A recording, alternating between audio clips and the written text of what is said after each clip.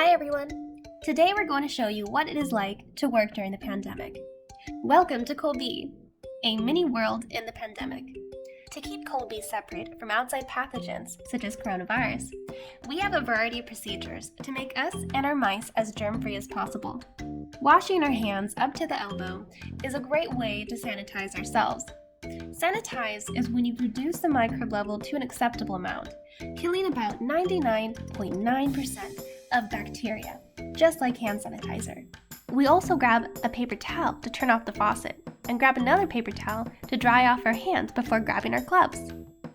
Before we go see the mice, we change into clean scrubs, a lab coat, gloves, and boots. This keeps the mice clean from anything that could have been on our clothes and keeps us free from allergies. Now, before we go see the mice, you also need to be clean and sanitized. Before heading to the mouse rooms, every employee goes into the clean room where all the clean cages, huts, and bottles are stored, and does a load of dirty laundry.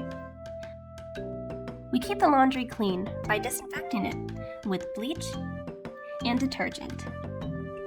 And once the load in the wash is complete, we transfer the wet clothes into the dryer. Looks like someone has already done a load today. Going back to the clean room, here's our Autoclave, a machine that sterilizes our bedding by using high heat steam, which is around 250 degrees Fahrenheit or 121 degrees Celsius. Reaches inside the bags to get rid of any germs. And here's our rack washer.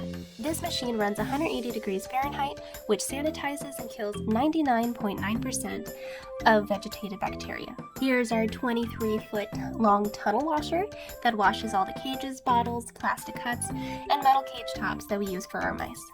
Here's our bedding room, where sterilized bedding and environmental enrichment are stored. Within our bedding, we have paper chip, which is recycled paper that is compressed and is better at absorbing water. We also have tech brush, which is the paper pulps that are the leftover material from processing paper and is used as fluffy and nice nesting material. Within these gray containers, we have the EnviroDry, which is the environmental enrichment that we use to provide additional nesting material for our mice to use.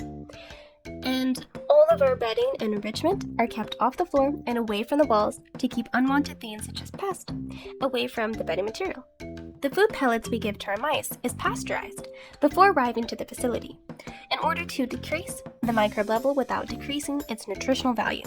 Before going into a room, we also disinfect our boots by dipping them into foot baths filled with quaternary ammonia. We also wash the floors and rooms with quaternary ammonia too. By using a foot bath and hosing with a disinfectant, we can get rid of all pathogenic microorganisms and reduce not only corona, but any viruses and free bacteria. Now, we can enter the mini world of mice. Each room is kept at just the perfect temperature for the mice to thrive.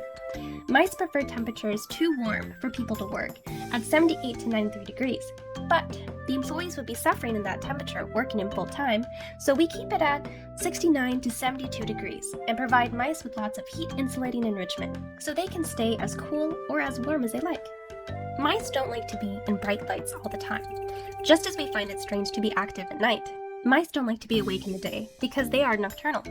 To help them maintain a proper sleep schedule, the lights in the rooms are controlled to turn on and off at the same time every day.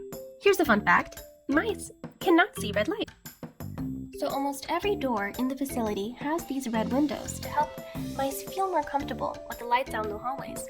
We also give our mice red huts. From the perspective of a mouse, the red film on the door windows and their red huts make their environment dark. But since we can see the red wavelength of light, we're able to work in the hallway while the lights in the animal rooms are off. And we can see what the mice are doing in their huts.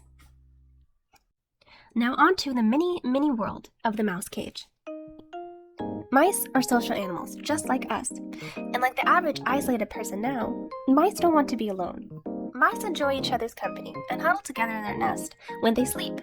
So we make sure mice are always paired with a partner, but never more than 10 in a large shoebox cage, and 4 in a small shoebox cage, or it can get too crowded.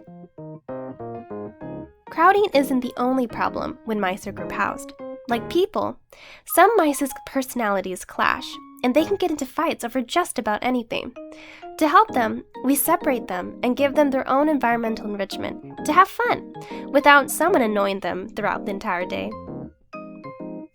They enjoy sleeping in the huts, and ripping these paper tubes up to wear down their teeth and add to their nest. They make these nests by using the fluffy bedding we provide and the nest paper material we give them. Together, they can make a nice fluffy home that will hold on to odors and liquids well. In addition to this hygiene, mice groom regularly, and they socially groom each other just like cats. Unlike cats, mice need hard pellets as food to wear down their continuously growing incisors. So while the food may not look appetizing to us, its hard texture and nutritional value is exactly what a mouse needs to be healthy. Now I know what you're thinking.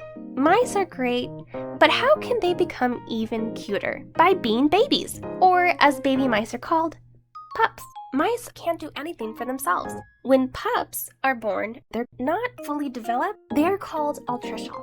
These tiny pups, called neonates, rely on their moms to feed them, clean them, and make sure they stay safe.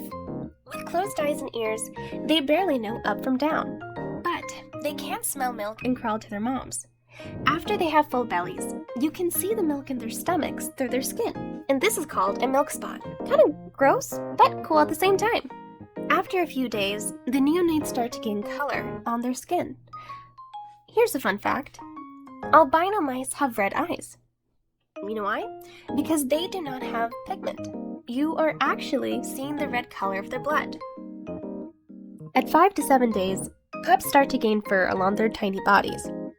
At 10 days, their eyes and ears are open, and they begin exploring their new world around them. At just 14 days, they can do nearly everything an adult can, including eating regular food that fills them with energy. So energetic that they jump around the cage while getting used to their environment. When they're just 3 weeks old, they move out of their parents' home and go to live with their cool brothers and sisters. If they stay in the cage with their parents, it kind of gets too crowded. After they stay with their siblings for just 2 to 4 more weeks, they are full adults. Then a few lucky ones get to find their forever mates. After the female gets pregnant, she grows the babies for around 3 weeks and can give birth to a litter the size of anywhere from 1 to 20 pups. Even though we are living during a pandemic, Colby continues to operate to make sure workers, researchers, and mice are under intense biosecurity protocols.